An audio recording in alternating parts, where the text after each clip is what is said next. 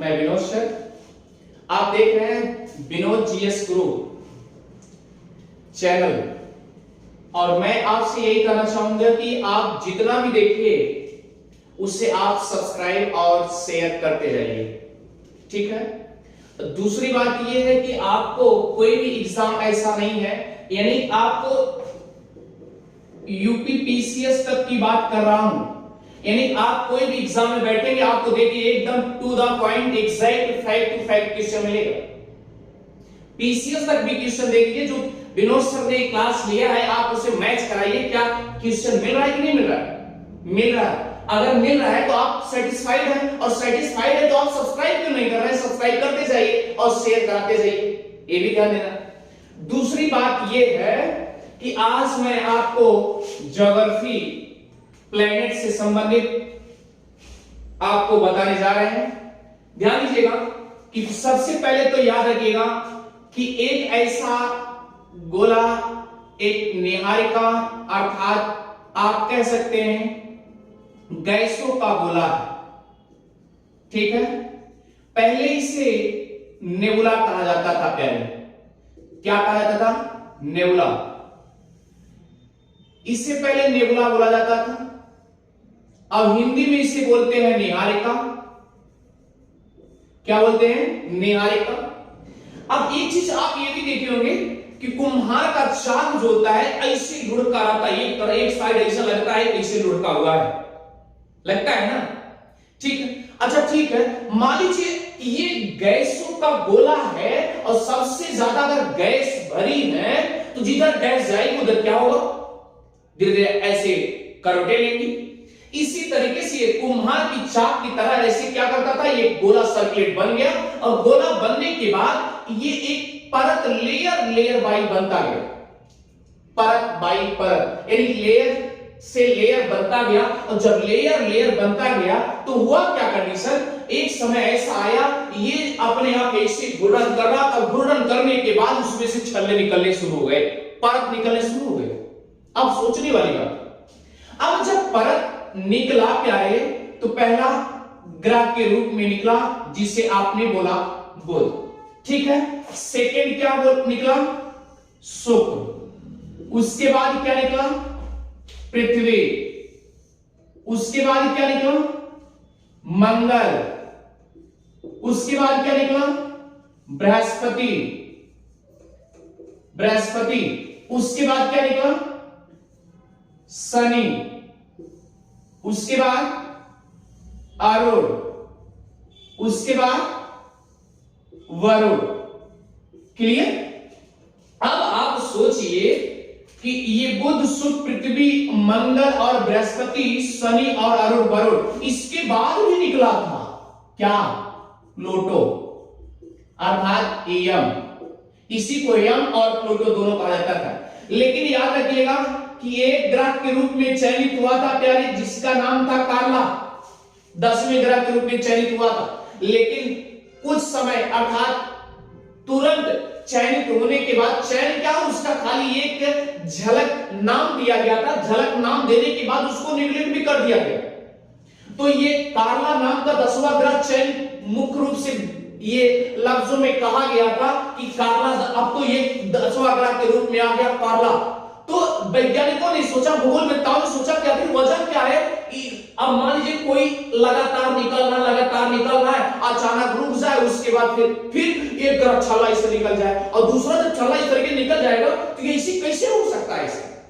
इसे भी निगलेक्ट कर दिया गया कार्ला को, ठीक है। यहां तक सबको समझ में आ गया होगा। अर्थात पहला ग्रह कौन सा था? बुध था। दूसरा कौन था? शुक्र था। तीसरा कौन था? पृथ्वी।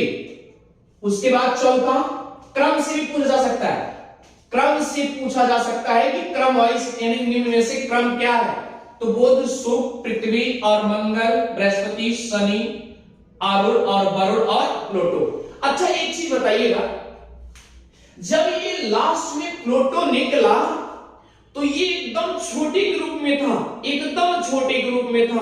और याद रखिएगा, एक तो छोटा, दूसरे एकदम चुलबुल, और दूसरे तीसरे को डिस्टर्ब करता था। हमेशा ये क्या करता था, अपने कक्षा में ना घूम करके ये वरुण को परेशान करने में लगा था। ये कभी कभी अपने चक्र में ना घूम करके ये वरुण की चक्र में चला जाता था।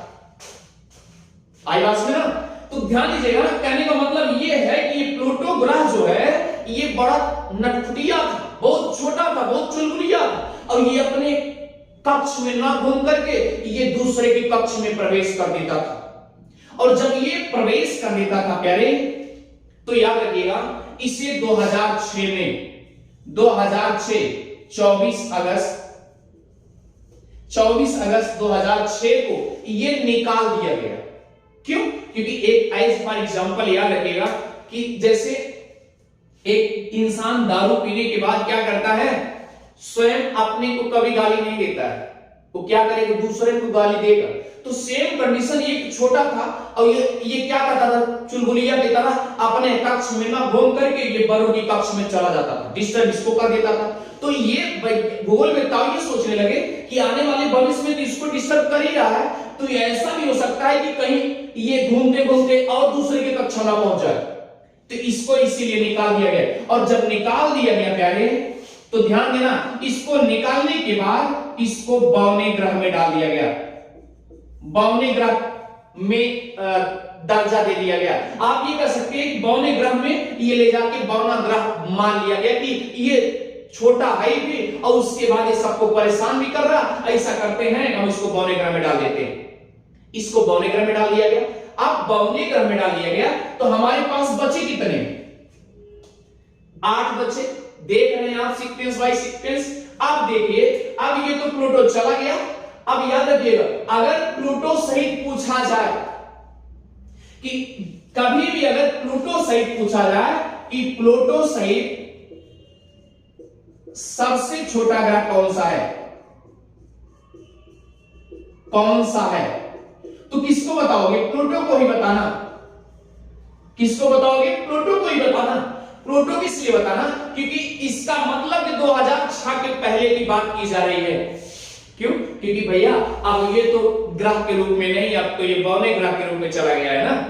तो इसीलिए जब भी इसकी चर्चा की जाएगी तो इसका मतलब ये छोटे ग्रह, 52वां ग्रह 2006 के पहले की बात की जा रही है, और 2006 के पहले की बात की जाएगी, इसका मतलब प्लूटो सहित सबसे छोटा ग्रह कौन सा होगा, प्लूटो ही होगा ना।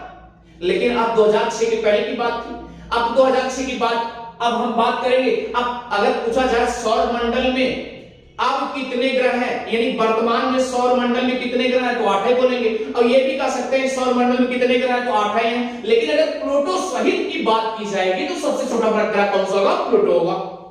क्लियर? अब ये तो छोटा कर दिया गया, अब ये तो चला गया हुआ 52वें ग्रह में।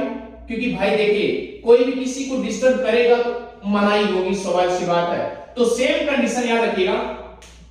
अब हुआ क्या कंडीशन, ये इसमें एक ट्रिक याद रखिएगा, यानी कि प्रथम से द्वितीय, प्रथम से द्वितीय, प्रथम से द्वितीय और अंत से द्वितीय। ध्यान दीजिएगा, प्रथम से द्वितीय और अंत से द्वितीय। अब ये क्या हुआ, अंत से द्वितीय। इसकी खूबी क्या है प्यारे, ध्यान देना, ये दो ग्रह ऐसी हैं, यानी प्रथम से द्वितीय कौन है, शुक्र है, और अंत से द्वितीय कौन है, अरुण है। ये दो ग्रह ऐसी ग्रह हैं जो, ध्यान देना, घड़ी के अनुकूल चलती है।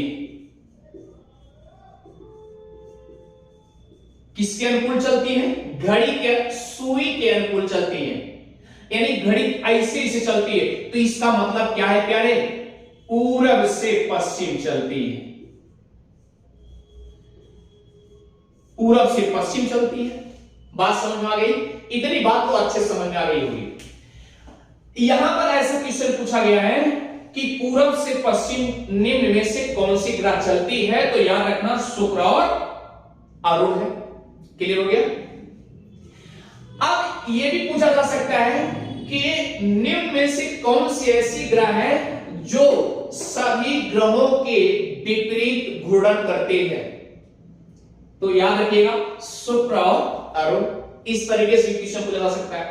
तो हुआ क्या, अब ध्यान दीजिए, अब तो प्लूटो निकल चुका है, अब दो ग्रह विपरीत चल भी रही हैं, घड़ी के सुई अनुकूल चल रही हैं और पूरब से पश्चिम चल रही हैं, अनुकूल चल रही है तो पूरब से पश्चिम चल रही है। अच्छा ठीक, अब बाकी ग्रह जो है पश्चिम से पूरब चल रही है ना, तो इसका मतलब एंटी क्लॉकवाइज से चल रही है, पश्चिम से पूरब। अच्छा ठीक है प्यारे, अब यहां पर ध्यान दीजिएगा, एक बात यह है कि सबसे पहले तो हम बुध को पढ़ ले, बुध कैसे कैसे क्या हुआ, ठीक है।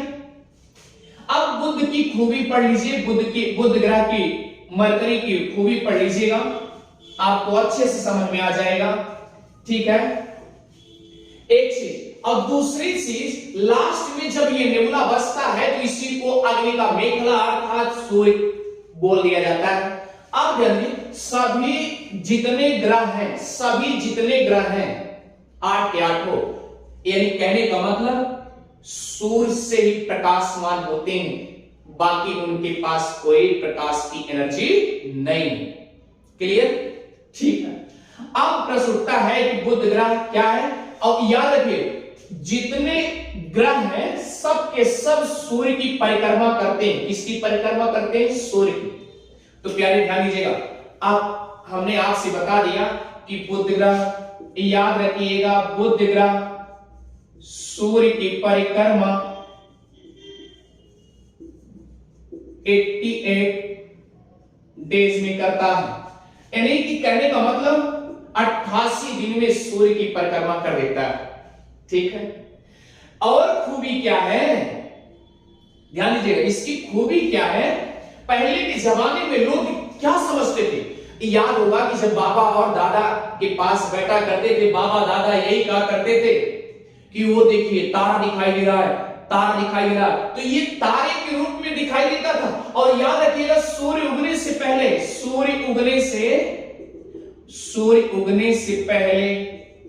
2 घंटा पहले दिखाई देता था प्यारे।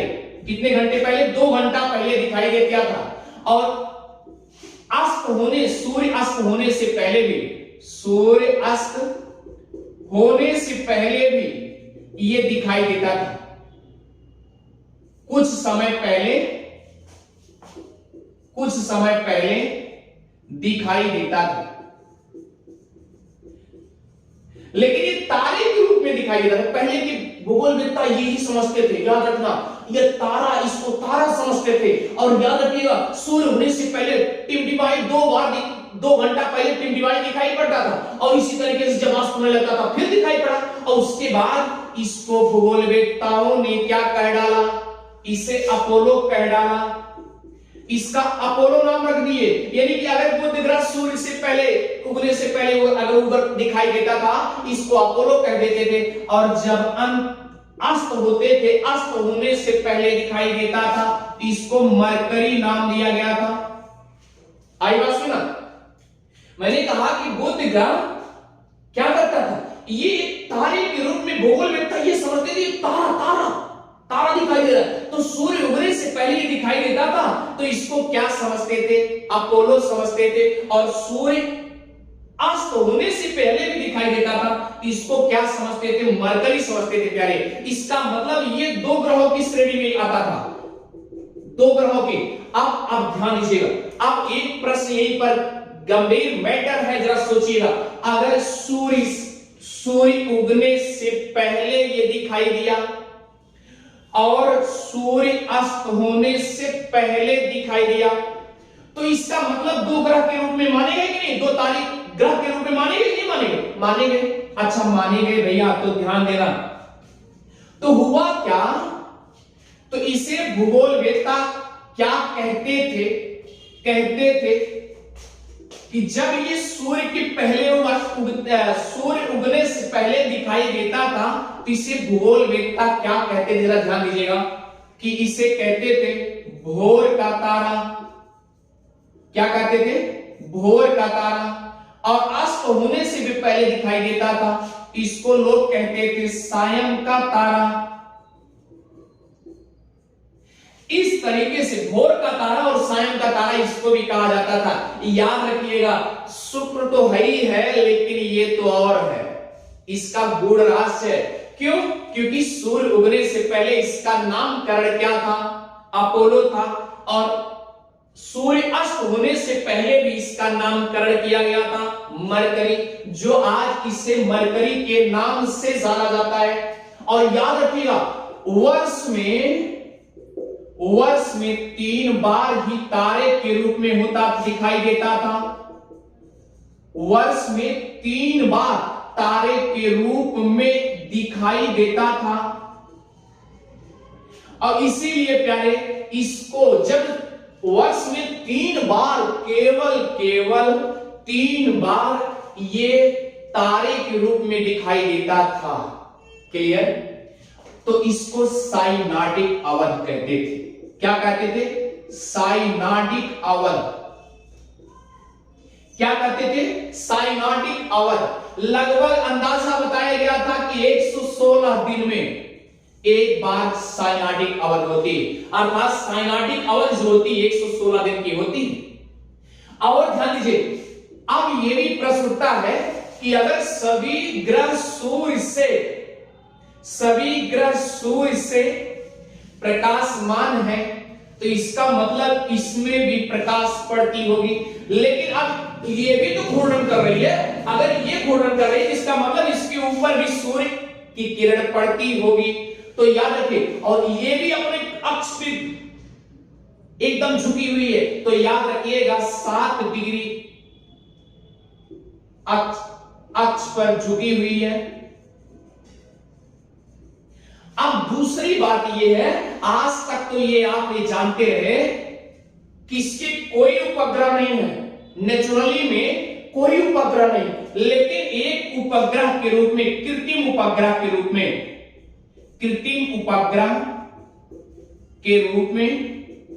कृत्रिम मतलब जो ह्यूमन, मानव द्वारा बनाया गया एक कृत्रिम उपग्रह के रूप में भेजा गया, जो इसके करीब तक जाएगा और इसका सभी का सभी विवरण लिख के बताएगा, यानी एकदम पूरा क्या है। और ये केवल ये भेजा गया था, और ये बताया गया है कि ये जब भेजा गया तो हुआ क्या, ये भी बताया गया कि यहां पर भैया दिन का टेम्परेचर 3 + 390 +390। और याद रखना, ये दिन का टेम्परेचर, दिन का तापमान है। और क्या कहा गया फिर उसके बाद, ये और बताया क्या, ये बताया क्या कि रात का टेम्परेचर -170, ये देखिए दिन लिख दिए थे 170 डिग्री, ये किसका टेम्परेचर था? रात का। ये दिन का और ये रात का। तो मैंने कहा कि ध्यान दीजिएगा, ये जब भेजा गया इस पे पाया क्या गया कि भैया इसमें जो दिन का टेम्परेचर है वह +390, और याद रखिएगा जो रात का टेम्परेचर है -170 डिग्री है। आप बताइए, इतना ताप का अंतर है,